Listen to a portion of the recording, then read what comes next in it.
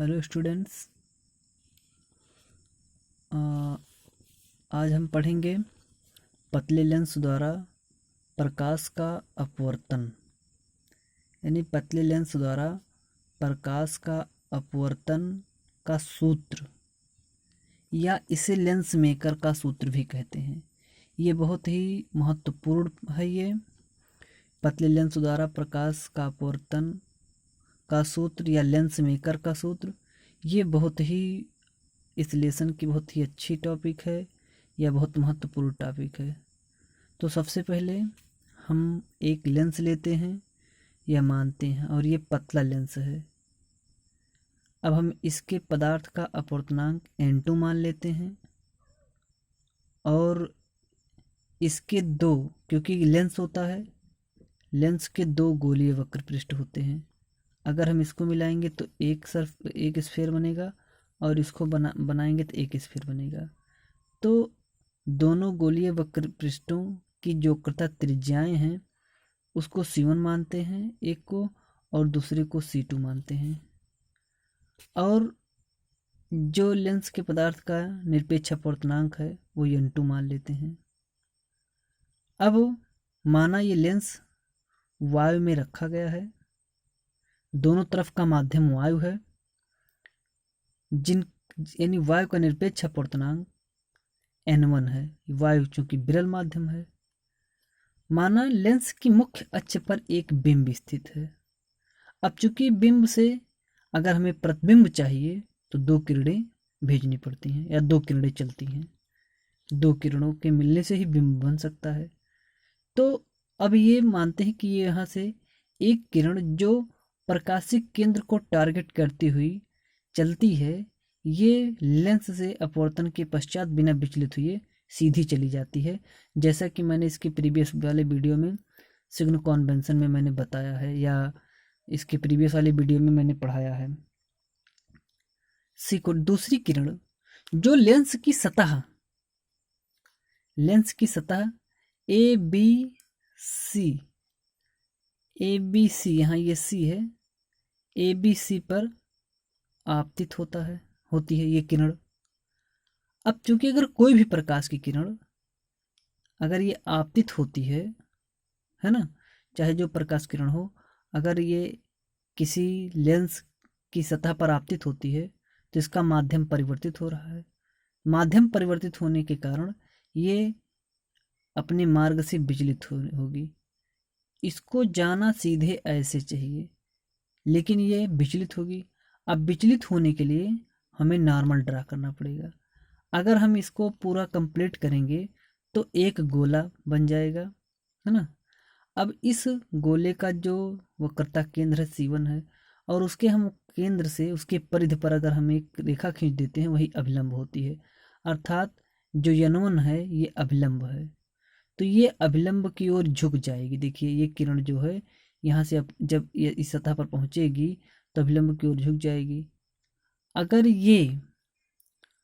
यहाँ हम मान लेते हैं कि ये लेंस दूसरी सतह नहीं है, तो ये जा करके कहाँ मिलती है, आई डैश पर, और इस P का प्रतिबिंब आई डैश बनता है ना। इतनी बात समझ में। हम इस मान लेते हैं कि ये सतह नहीं है, ये सतह हम लोग मान लेते हैं कि ये सतह नहीं है।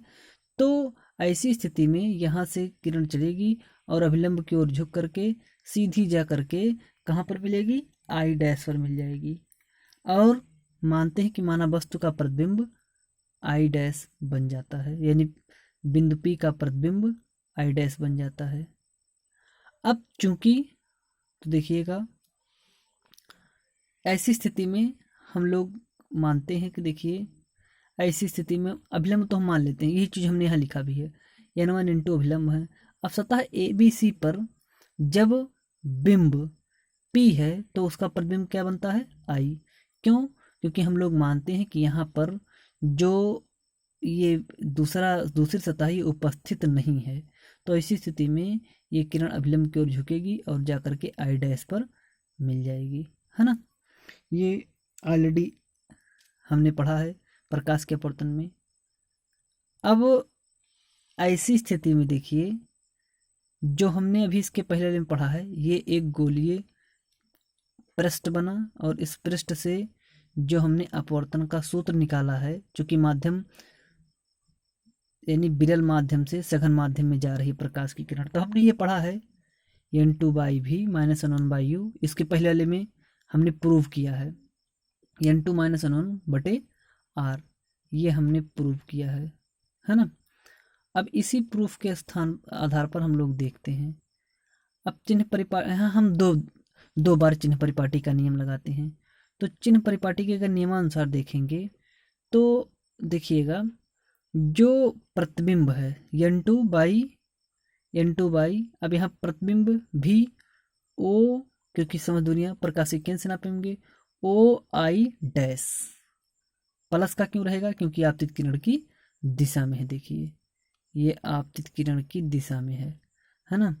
अब माइनस n1/u, u क्या है OP, क्योंकि वस्तु की दूरी है, OP है तो minus u OP, n2 minus n1/OC1, C1 C2 हम कहीं भी मान सकते हैं, इसको R1 मान सकते हैं, इसको R2 मान सकते हैं, ये परिभाषित नहीं है, तो हो जाएगा OC1। और प्लस का OC1 क्यों है, क्योंकि ये आपतित किरण की दिशा में है। इसको समीकरण 1 मान लीजिए। अच्छा, अब हम मान लेते हैं कि सतह ADC उपस्थित है। अब चूंकि ये तब था कि जब ADC को हमने उपस्थित नहीं माना था, मान लेते हैं कि अगर ये ADC उपस्थित है तो जायज़ सी बात है, अगर यहाँ से अभिलंब की ओर झुकेगी तो यहाँ भी एक बार उसका प्रकाश का अपवर्तन होगा, तब ये अभिलंब से दूर जाएगी। अगर ये अभिलंब से दूर जाएगी तो ऐसे में हमें अभिलंब की आवश्यकता होगी इस बिंदु पर। अब इस बिंदु पर अगर अभिलंब की आवश्यकता होगी तो हम देखते हैं कि इधर इसका एक गोला स्फीयर इधर कंप्लीट होगा, इसका केंद्र C2 मान लेते हैं, है ना। अब इसके केंद्र से अगर हम यहाँ पर रेखा खींचेंगे तो यही नॉर्मल होती है, क्योंकि परिधि से हम कोई भी रेखा खींचेंगे तो लंब होती है, विलंब होती है, तो यहाँ से ये लंब हम खींच लेते हैं। अब ये लंब किससे दूर हट जाएगी, क्योंकि अब लंब की ओर झुकेगी नहीं बल्कि सघन से विरल माध्यम में जा रही है, इसीलिए अभिलंब से दूर हट जाएगी और दूर हट करके ये जा करके आई पर मिल जाती है। तब देखिएगा हम मान लेते हैं कि माना अब सतह ADC यानी उपस्थित है और प्रकाश सघन से विरल माध्यम में जा रहा है, अतः n2/v माइनस n1/, देखिए जब अब तक हमने क्या पढ़ा था, अब तक हमने पढ़ा कि सघन विरल माध्यम सघन माध्यम में जा रहा है, तो सूत्र हमने पढ़ा है n2/v माइनस n1/u बराबर n2/n1/कैपिटल R1 हो गया, है ना। यहाँ कैपिटल R होता है तो इसी में हमने n2 के स्थान पर रख दिया, देखिए R होता है तो अब R1 रख देंगे। अब एक चीज़ आप ध्यान दीजिए, जब ये तब था जब सघन माध्यम विरल माध्यम सघन माध्यम जाती है, लेकिन जब प्रकाश की किरण सघन से विरल में जा रही है तो जहाँ n1 है वहाँ n2 रख दीजिए, जहाँ n2 है वहाँ यहाँ n1 रख दीजिए। तब सूत्र में जहाँ यहाँ n2 था तो यहाँ हो जाएगा n1/v माइनस यहाँ n1/u था तो यहाँ हो जाएगा n2/u बराबर n2 माइनस n1 था तो हो जाएगा n1 माइनस n2/कैपिटल R। अब देखिएगा, क्योंकि अब ये जो यहाँ ध्यान देने की बात है, अगर हम देखते हैं तो ये प्रकाश की किरण, जो ये प्रकाश किरण है, चूँकि यहाँ से तो इसका प्रतिबिंब बनेगा नहीं, ये वस्तु का कार्य करेगा नहीं, तो ये जो I डैश है अगर हम इसको पीछे बढ़ाते हैं, देखिए पीछे बढ़ाने पर यहाँ पर एक दूसरे से मिलती हैं, यानी एक दूसरे पर मिल जाती हैं, तो ये जो I डैश है यही इसी का अस्तित्व जो है हम मानते हैं कि माना I डैश जो I है ना, I डैश प्रतिबिंब I के लिए वस्तु का कार्य करती है, यानी I डैश वस्तु है और प्रतिबिंब कौन है, I है ना। तो ऐसी स्थिति में देखिएगा जो प्रतिबिंब I डैश है और ये आभासी प्रतिबिंब हम मान लेते हैं, क्योंकि जो ये प्रकाश की किरण है, ये प्रकाश की किरण सीधी चली जाएगी, क्योंकि अगर ये सीधी चली जाएगी और ये पीछे बढ़ाएंगे तो पीछे जाएगी, अगर हम इसको लाते हैं तो ये दोनों एक दूसरे के यहाँ पर मिल रही हैं, अतः I डैश को आभासी वस्तु मानते हैं और इसके बाद जो है प्रतिबिंब I मानते हैं। तो चिन्ह परिपाटी के नियम से देखिए, अब जहाँ n2 था तो हमने रख करके यहाँ कंप्लीट कर लिया है, अब हो जाएगा n1 प्लस का OI, क्योंकि ये देखिए दोनों चाहे OI हम नापें और चाहे OI डैश नापें, दोनों दूरियां धनात्मक ही हैं। अब प्लस का OI और इसके बाद माइनस OI n2/OI डैश। अच्छा एक चीज़ है, अब N2 माइनस N1 बटे माइनस R1 OC2 क्यों है माइनस OC2, क्योंकि OC2 देखिए इधर है इसलिए आपतित किरण की विपरीत दिशा में है, इसलिए है OC2। अच्छा एक चीज़ है, इतना हो गया। अब समीकरण 1 और 2 को जोड़ दीजिए, तो देखिए समीकरण 2 ये है और समीकरण 1 यहाँ है। इस पक्ष को जोड़ दीजिए, इस पक्ष को जोड़ दीजिए, तो यहाँ जोड़ेंगे तो देखिएगा ध्यान से, जोड़ेंगे तो N2 by O dash plus N1 by O P plus, देखिए अभी वाला लिख दीजिए N1 बाई ओ आई, है ना, ये प्लस प्लस का प्लस हो जाएगा और ये माइनस का minus N2 by O I dash, इससे ये दोनों कैंसिल हो जाएगा। अब इसके पहले वाले में देखिए N2 minus N1 by O C one, यहाँ माइनस, जो यहाँ वाला माइनस यहाँ चला जाएगा, minus N2 minus N1 by O C two. अच्छा ये दोनों कैंसिल हो जाएगा, हमारे पास बचेगा क्या, N1 by O P plus N2 by O I, N1 by O P plus N1 by O I बराबर N2 माइनस N1 बटे ओ सी वन माइनस N1, अब N1 माइनस N2 बटे ओ सी टू, यहाँ तक ठीक है। अब हम थोड़ा सा, अब देखिए N1 by O P plus N1 by O I बराबर N2 माइनस N1 और ओ सी वन। अब यहाँ जो माइनस था ना, यहाँ पर माइनस था, तो ऐसा करते हैं, अब हम एक यहाँ चालाकी ये लगाते हैं कि इस N1 को N2 को यहाँ लाते हैं, तो ये माइनस माइनस का हो जाएगा प्लस, और N1 को वहाँ ले जाते हैं तो यहाँ हो जाएगा माइनस, यानी इसको लिख सकते हैं N2 माइनस N1 बटे ओ सी टू, तो ये प्लस माइनस है, माइनस माइनस का हो जाएगा प्लस। यही चीज़ यहाँ किया गया है, यहाँ प्लस लाइन मतलब इसलिए लिखा गया है क्योंकि N2 माइनस N1 बटे ओ सी टू किया गया है। अच्छा एक चीज़ और देखिए, अब हम जानते हैं OP क्या है, चित्र में देखिए OP minus u, O I plus का भी, ओ आई डैश प्लस का भी बन जाएगा, OP माइनस का यू, ओ आई प्लस का भी, O C one plus R2, O C two minus R2। चित्र में देखिए सब क्लियर है। अब यही मान, यही वैल्यू ले चल के आप यहाँ रख दीजिए इस वाले में, तो क्या आ जाएगा देखिएगा, आ जाएगा N1 by minus you plus N1 by plus भी N2 माइनस N1 बटे R1 plus N2 minus N1 बटे माइनस R2, अकॉर्डिंग टू यही जो समीकरण माने, समीकरण 2 शायद माने हैं, या समीकरण ये इसी समीकरण में रख देंगे तो कोई बात नहीं है ना, रख दिए हैं हम। अब देखिएगा हल करते हुए आगे बढ़ते हैं। N1 जो N1 बाई वी है ना, N1 बाई वी और माइनस N1 बाई यू, जो N1 बाई वी था हमने इसको यहाँ पर रख दिया, यहाँ क्योंकि माइनस माइनस का यहाँ हो जाएगा, अब इसको यहाँ लाते हैं, इसको यहाँ ले आते हैं, तो हो जाएगा N1 बाई वी और माइनस N1 बाई यू बराबर हो जाएगा N2 माइनस N1 कॉमन ले लीजिए, और ये माइनस यहाँ चला आएगा तो 1/R1 माइनस 1/R2 बचेगा, है ना, इतना समझ में आया।